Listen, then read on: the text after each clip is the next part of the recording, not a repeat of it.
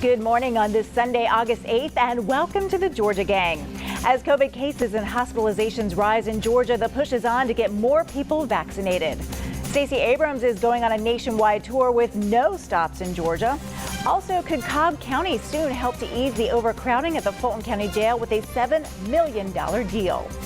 Phil, Kathy, and Martha are all here. We're trying to tune in. Theron, the debate and discussion begin right now.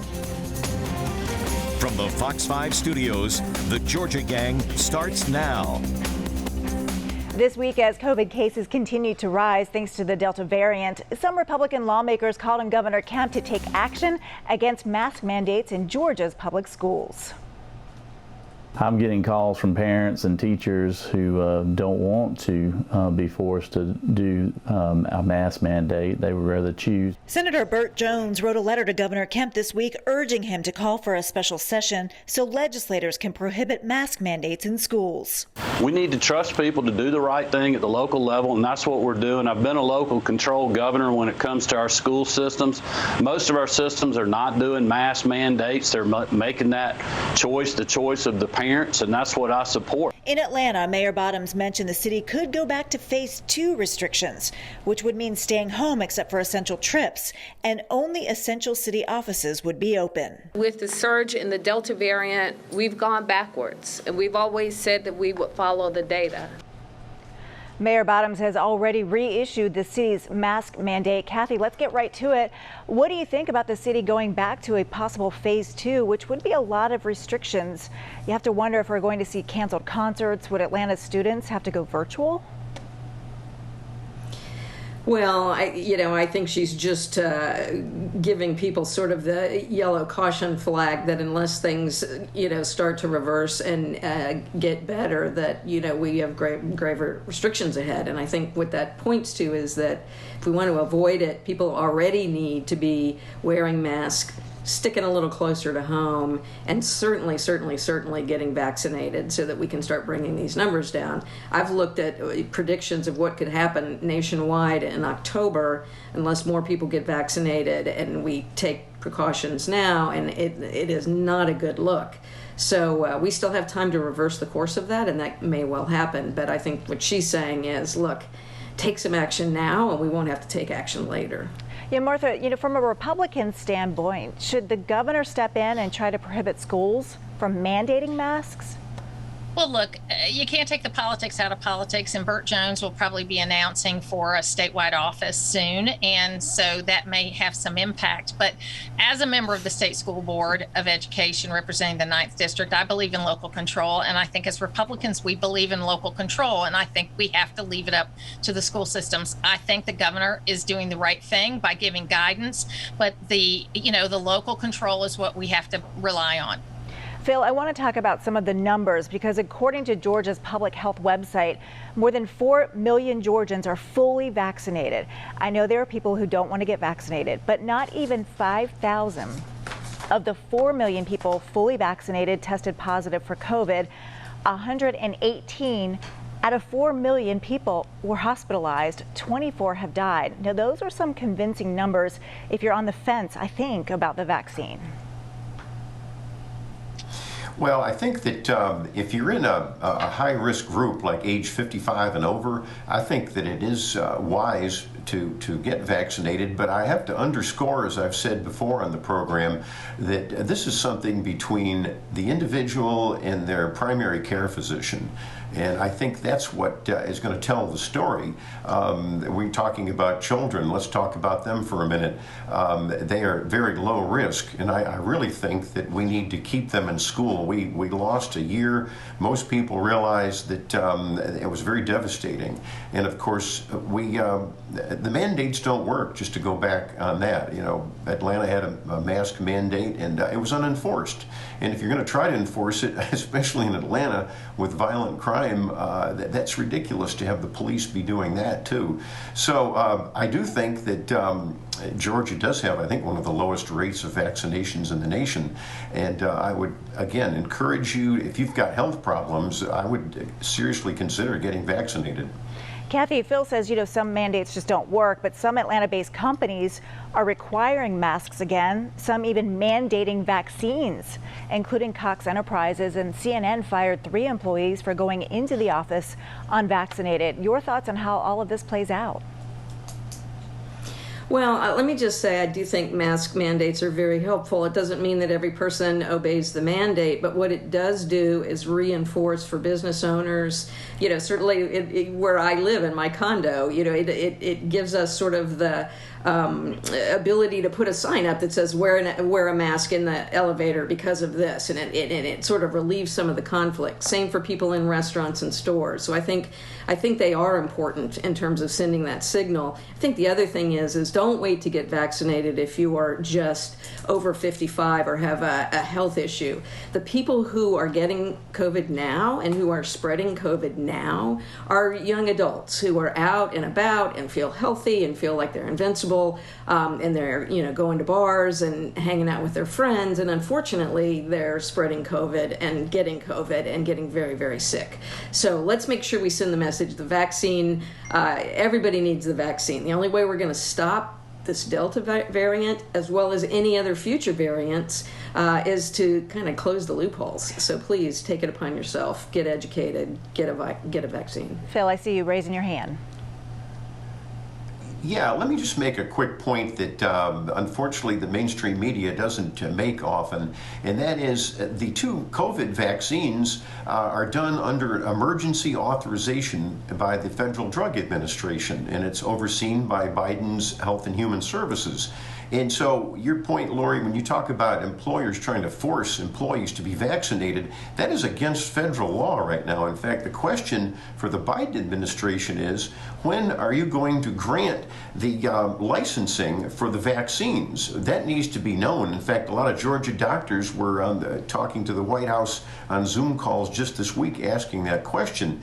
And, we're still undergoing the clinical trials for these vaccines, too. So I think there's going to be a ton of litigation if you point out CNN and some of these other companies are trying to force employees to be vaccinated.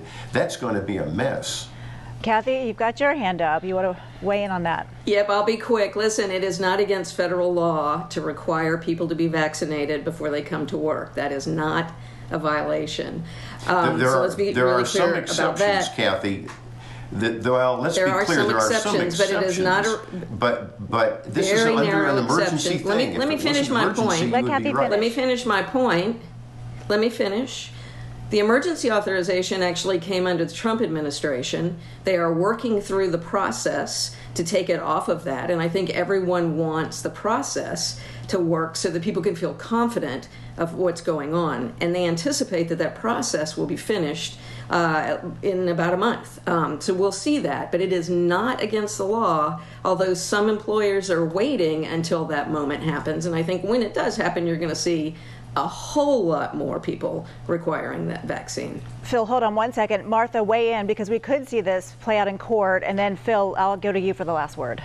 Well, we really could. And I mean, look, we have injected race into every discussion in this country for the last year and a half. And it's perfectly okay to say that white Republicans in Republican states aren't getting vaccinated. But if you drill down into the numbers, we have a big problem in the African American and Latino community. And in New York, they've just basically required vaccinations to go anywhere where they have a unvaccinated rate of people of color of about 70%. So is this a new kind of segregation? And we just have to be careful when we go there. I support the vaccine. I'm going to get the booster as soon as it's available. But we need to be really careful and talk about this fairly and completely and get the best answer. All right, Phil, last word before we leave. Okay, well, I've talked to a lot of lawyers, and apparently Kathy has too. But as I say, I think it's a real mess because there are exceptions to the rule with regard to forcing vaccinations. But generally, the way these lawyers read the law is you cannot do that. And I think there's going to be, as I say, massive lawsuits and litigation. We'll leave it there, everybody. Thank you. A really great discussion. Coming up, Stacey Abrams is going on tour, but so far she's left out a stop in Georgia. We'll discuss after the break, and we've got Theron. Thanks, everybody, for your patience. Have a question or comment for the Georgia Gang? Email them at georgiagang@foxtv.com.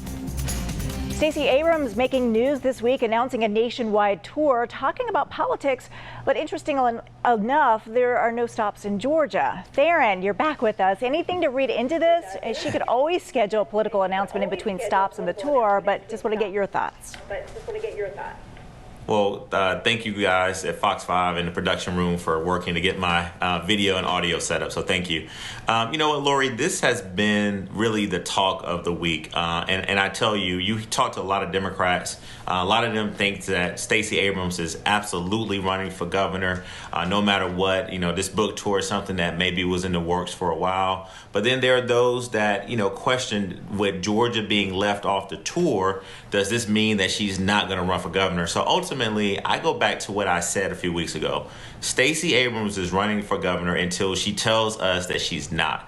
But it does raise some questions about why this book tour is happening, which, you know, is her right to do. She's got a good, you know, selling book. But it's just the timing of it. And then traditionally, people who are running for governor always announced a year prior. So again, we're not going to force her into making a decision. That's her personal decision. But this book tour and the tweets and the teaming up with Michelle Obama definitely raised a lot of questions in Georgia. All right, Martha, I know y'all want to weigh in on this, so we'll start with Martha.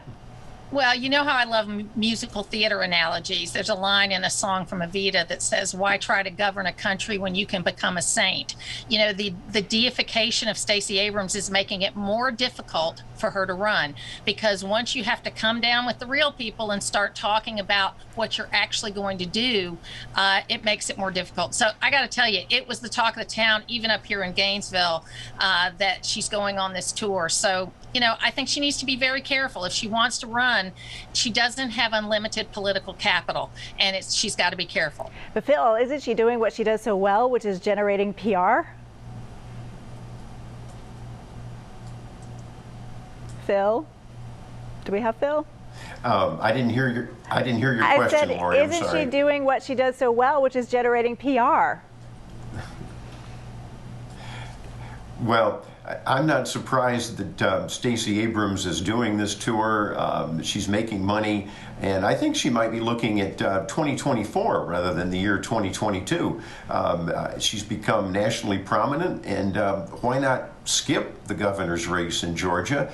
If she, you don't want to suffer a loss, that would hurt her for 2024. So I think I get a kick out of what Theron is saying. I think she really may have not made up her mind yet. Kathy, you said she could really wait until qualifying day to announce she's running for governor because of her popularity among Democrats in Georgia. But if she's truly going to make a run for governor, why not announce now? I mean, why wait?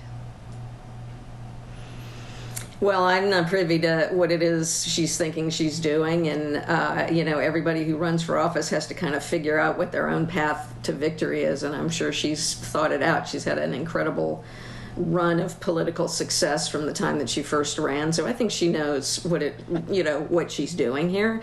You know, I think this book tour is an exciting thing for her, and you know, she's living life large, so good on her. Well, let's move on to the Senate race. Republicans trying to oust Democratic incumbent Raphael Warnock are not waiting on Herschel Walker to make an official decision. Phil, Agriculture Commissioner Gary Black took a shot at Herschel, saying he's always lived in Georgia. Calvin King is hitting the road, embarking on what he calls the Uncancel America tour, making stops in all Georgia's 159 counties. How difficult is this for the Republicans as they wait on an answer from Herschel Walker? I think Newsmax is reporting that Herschel's not going to run. So what does this all mean? Phil, we'll start with you. Well, you set the stage very well. I still think Herschel Walker is going to run. In fact, he was in Atlanta this week meeting with friends. So, although I think he needs to announce soon, because Gary Black is coming on strong. He is a prominent Republican, probably the most prominent Republican in the race. And you're right, it's going to be a crowded GOP Senate primary in May. But I still think Herschel is going to do it, and I think that would shake up the race. And of course, he would become the front runner because of his name recognition. However, you always have to be careful with a rookie. They could stumble, and it could stick with them for the rest of the campaign. Theron, your thoughts? Is he going to run? I tell you this, Lori, whether Herschel runs or not, he needs to call Phil Kent and thank him for coming on this show every time we talk about Herschel Walker and really encouraging him to run and wanting us to believe that he is going to run. I think that, what you saw this week from Gary Black, who, by the way, received the endorsement of former Governor Nathan Deal, and I believe can, really shake up some things in this Republican primary. They're not waiting, as you mentioned, Lori, for Herschel to decide what he's going to do. And I think you're going to start to see the other candidates sort of start speaking up and making references to them being longtime Georgians, living in Georgia, and they're going to talk about their policy experience. And so I have to trust that my good friend Phil has some intel that maybe I'm not privy to. But honestly, I do agree with Phil that Herschel cannot wait much longer because he needs to start raising money and reintroducing himself to the public as a candidate for U.S. Senate. Martha, Stacey can wait, but not Herschel. That's what I'm taking away from this. I think, unfortunately, they're kind of in the same boat right now. I never thought I would say that, is that they need to decide what they're going to do and announce it. I spoke with Gary Black on Friday morning about a number of issues he's approaching, and that's vaccination for farm workers and agriculture and talking about the border issue. He's getting out there on issues. He is actually talking about the things that people are concerned about, and he's not going to have to, ramp up in order to get ready. Every day that Herschel waits is another day he's got to get ready. All right, Kathy, about 30 seconds if you want to take this one. Well, no, I just think Gary Black is doing exactly what he needs to do, which is get out there and start poking holes. And, usually it's candidates that get out early and start revealing their flaws so that they can get inoculated against it. But when the other side is doing it, it tends to stick. So kudos to Mr. Black for, getting his campaign off to a good start. All right, thanks, everybody. Coming up, could Fulton County cut a deal with Cobb to house inmates? We'll discuss straight ahead. Join the discussion on the Georgia Gang Facebook page and watch past episodes on the Georgia Gang YouTube channel. The Fulton County Sheriff is trying to ease the overcrowded conditions that have plagued the county jail for years by looking to Cobb County. Phil, what do you think about the possibility of Fulton paying Cobb County to house inmates? I think that it has to be done, and I applaud Sheriff Pat Labatt for trying to do as much as he can to face the violent crime wave that's rising in Atlanta. You've got Mayor Keisha Lance Bottoms just is not cooperating in terms of the city jail is virtually closed. There's only a few prisoners in there. It needs to be opened up. A lot of Atlanta City Council people would agree with that too. That discussion's still going on. But we need to take care of these prisoners, and especially with more and more arrests. And I would also add a footnote too. We need to get the courts moving and keeping them open and moving these cases. We've got murderers that are still in jail after 2 years because of the lockdown last year. And now finally, I hope we're just continuing to reopen and move these cases. Theron, could this be a solution to some of these overcrowded conditions at Fulton County? It could be. And listen, Sheriff Labatt understands that his number one responsibility is to make sure that he runs the jail, and he needs space to do so.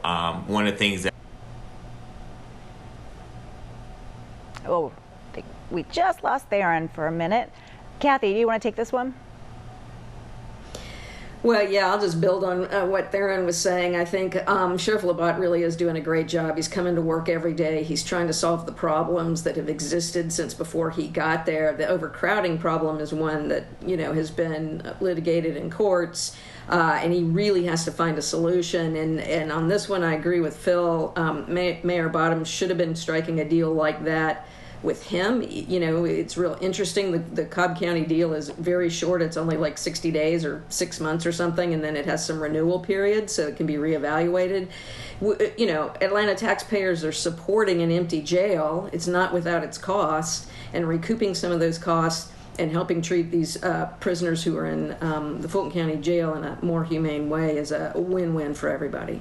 We don't want to turn now to the Atlanta mayor's race, where a a taxpayer watchdog group has accused former Mayor Atlanta former Mayor Reed, of accepting $38,000 in illegal campaign contributions. William Perry has filed a complaint with the Georgia Ethics Commission. A spokesperson for the former mayor says any donations made over the limit, the legal limit, will be refunded. Phil, is this a big deal? Is this something that, the voters of Atlanta should be paying attention to? I think it is a big deal. It's a reminder again that former Mayor Kasim Reed presided over a culture of corruption. Those were the words of former U.S. Attorney B.J. Pack. And I've lost track of all of the convictions and indictments of the people in the Reed administration for all sorts of wrongdoings. And also, Kasim Reed is also under a federal probe right now for alleged wire fraud with regard to using campaign funds for personal use. I don't know how that's going to turn out. But his city hall has been under investigation for how many years now? 5 or 6 years, and the federal investigation by the U.S. Attorney is still going on. So I think it's a reminder that's very hurtful to Kasim Reed's chances. But Theron, I know that the poll that we ran last week, really, it's early, right? And not a lot of voters may be paying attention right now, although I think they are because of the crime rate. But what do you think about this? Is this just more noise than it is, people really paying attention to these matters, or really do they think that Kasim Reed could be the one to help solve the crime problem? Well, I think what it's a result of, Lori, is the climate that we're in right now. Look, do people give contributions to campaigns, and sometimes people give more than they should have?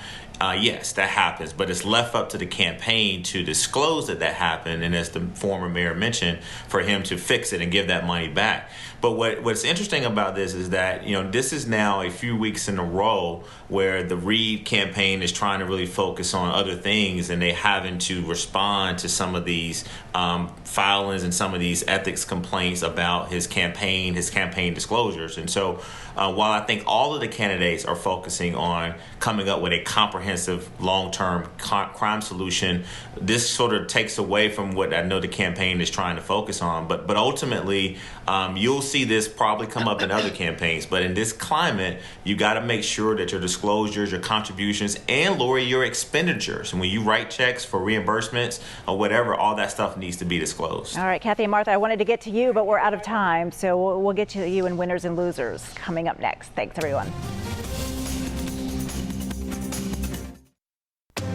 Time now for the week's winners and losers. Martha, we'll start with you.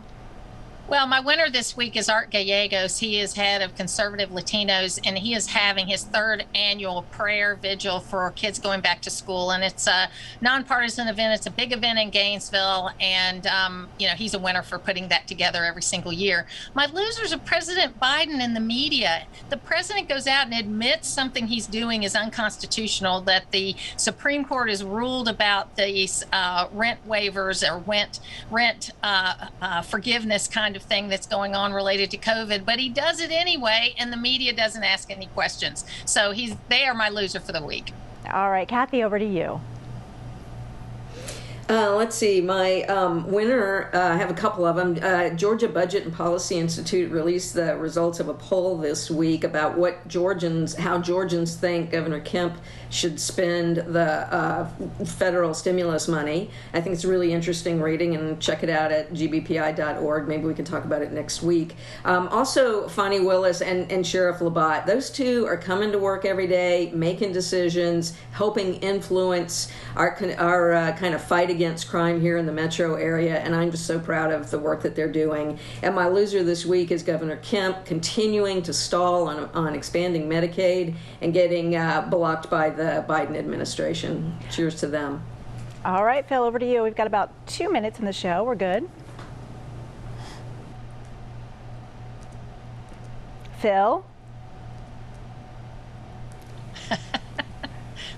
All right, Theron, over to you. Want me to talk more about Medicaid expansion.